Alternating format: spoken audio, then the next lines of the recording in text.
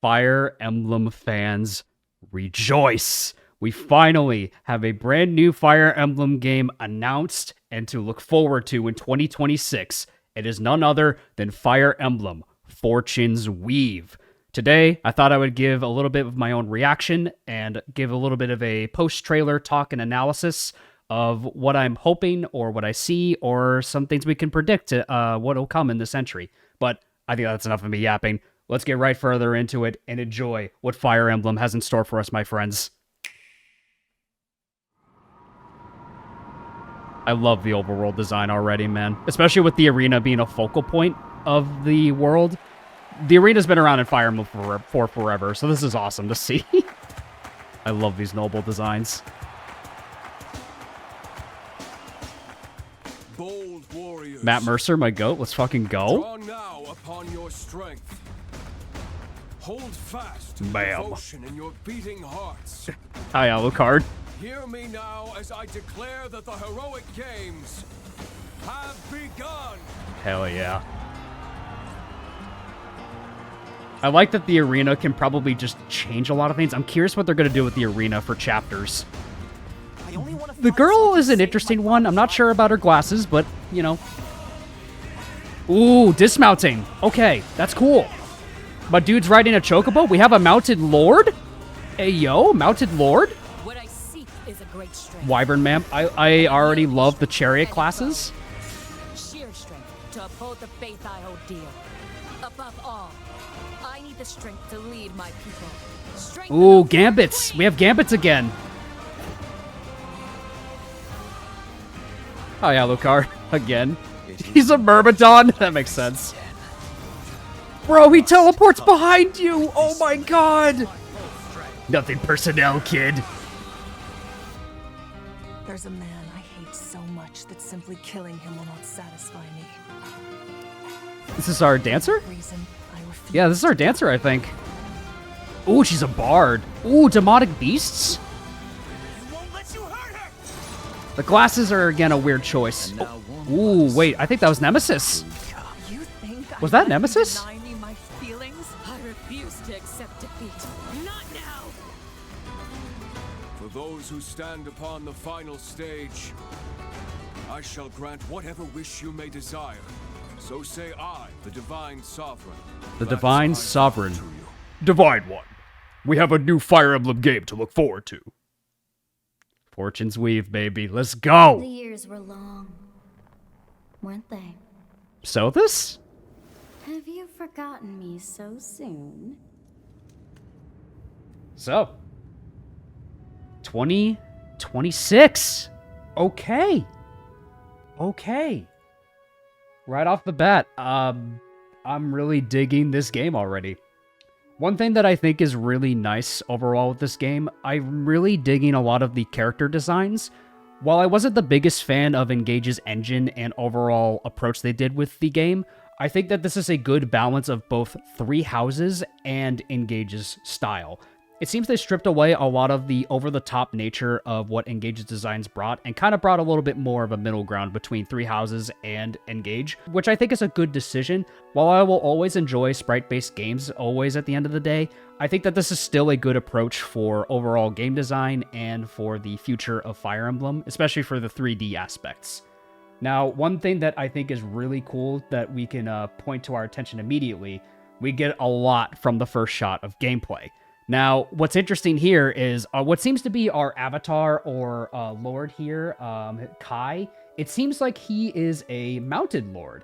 Now, of course, mounts have always been a part of Fire Emblem, but for Kai's case, he has a very unique mount, an Orneus, which seems to be kind of like a chocobo or a ostrich style mount, and seems to use swords and lances. I think that's a very cool approach. Having a lord that starts with a mount right off the bat harkens a lot to Sigurd, and I'm very excited to see what this character can bring to the table. Now, what I think is very cool, also from the first shot of gameplay, we get right off the bat what seems to be our abilities. Now, of course, you have your standard attack, you have items that you can use, your access to storage, which is probably just convoy, but the biggest thing that caught my eye personally is dismounting. Dismounting is a feature that hasn't really been used since Thracia 776. For the uninitiated, dismounting basically allowed mounted units to leave their horses or their wyverns or the Pegasus Knights and be a foot-locked unit.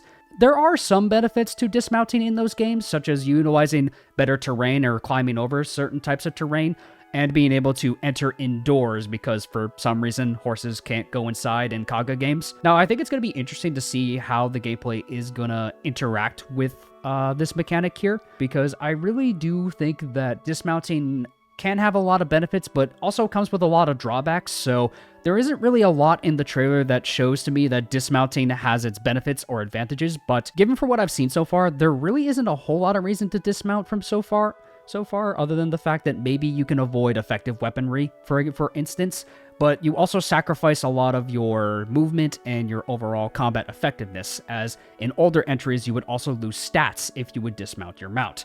So ultimately, we'll have to see how this plays out to see if dismounting becomes a core feature or if it has a lot more benefits rather than drawbacks for dismounting your mount. But of course, we also get to see our first instinct of combat. But we also get to see what is a brand new class, a charioteer.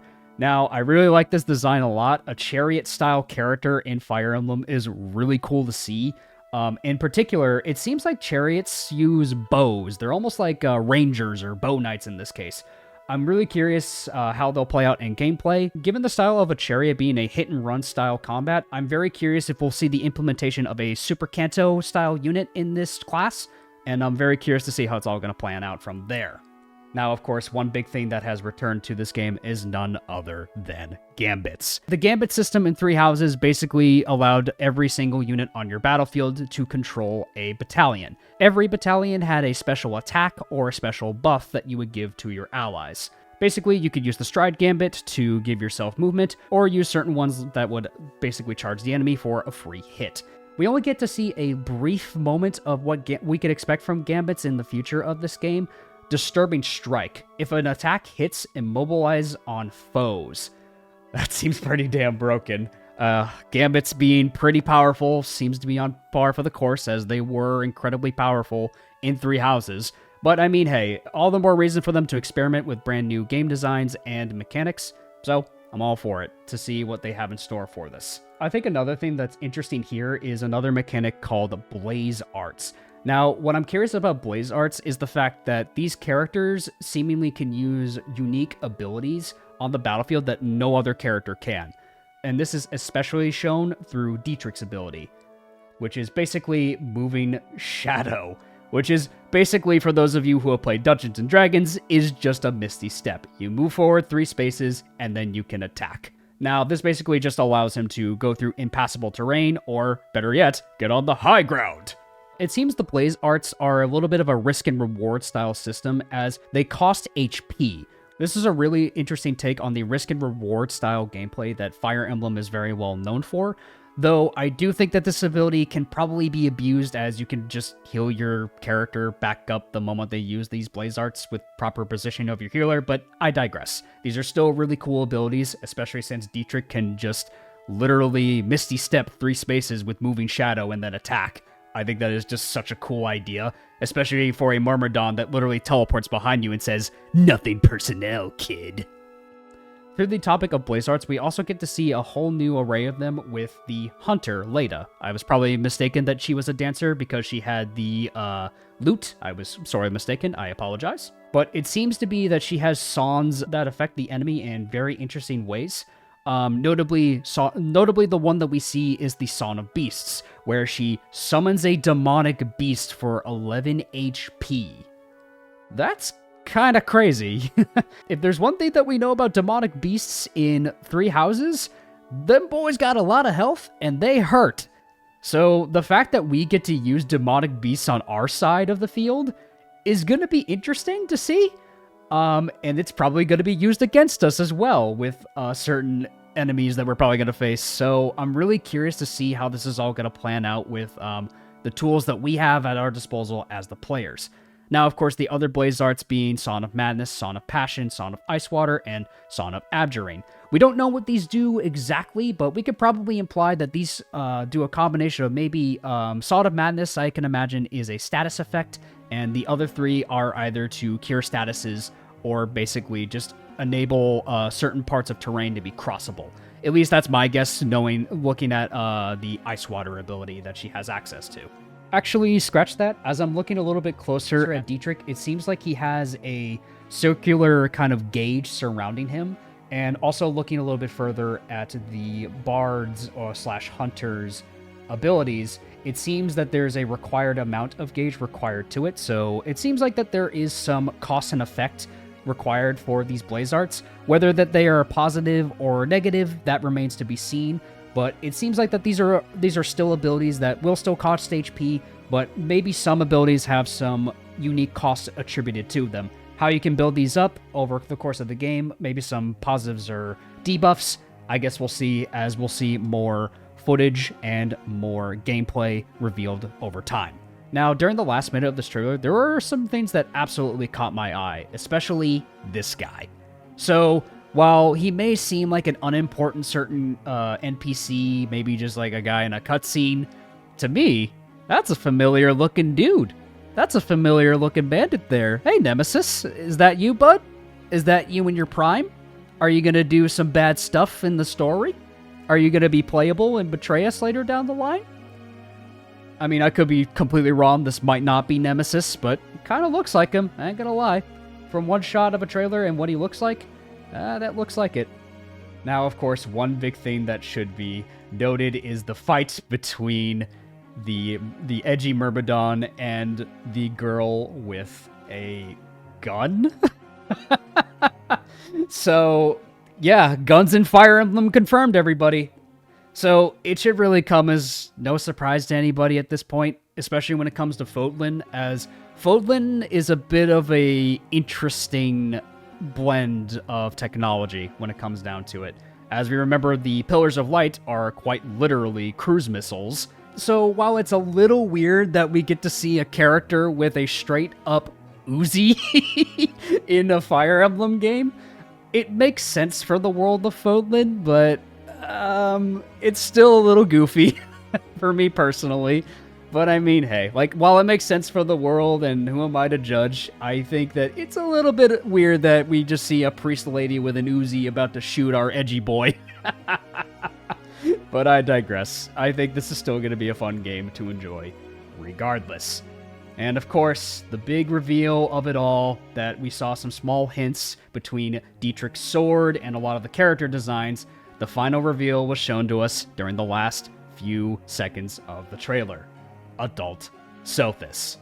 Yep, this is indeed a Fodlan prequel. We're probably going to see some sad stuff happen in this section of the game. So between seeing a lot of the details of a character that looks eerily like Nemesis and seeing Sothis, I can only foresee the worst to come. And for what I can imagine from seeing a lot of these nobles and these characters, there's probably going to be some kind of war that breaks out. I think if there's one thing I'm really looking forward to, it's the utilization of the arena in this game. I'd be very curious to see if the arena actively changes terrain, changes certain styles of maps, water maps, different kinds of desert terrain, mountains, forests. There's a lot that they can do with this arena style that can also be a little cool allusion to ancient history of how a lot of Colosseums did that as well. And I am very stoked to see what they have in store for this, especially given the art style being a lot more of the ancient world and Greek and Rome style combat. I think it'll be really awesome to see how it all pans out. So those are my initial kind of thoughts. These are kind of more unscripted, not really well-organized thoughts on the game. Once we have more time to see what the game has in store for us, I'll have a lot more organized thoughts to give my overall opinions, my thoughts, and of course reactions to whatever they put out for news about this game. No matter what, my friends, I'm definitely going to be covering this game. I'm really excited to see where this game is going to take Fire Emblem, and so far, first impressions are awesome. And unlike Engage, this definitely has my attention, and I'm thoroughly engaged. So stay tuned for more Fire Emblem Fortune's Weave news, my friends. If you enjoy Fire Emblem content, please be sure to leave a like, comment, and subscribe down below to make sure you don't miss any new Fortune's Weave news coming our way. Whenever something comes up for Fortune's Weave, I'll be sure to cover it on this channel. thank you for listening to my unscripted ramblings and thoughts about this game. I'm very excited to see where the franchise is going to go from here. And with that, my friends, my name is Davis G. I wish you all a good day. Take care.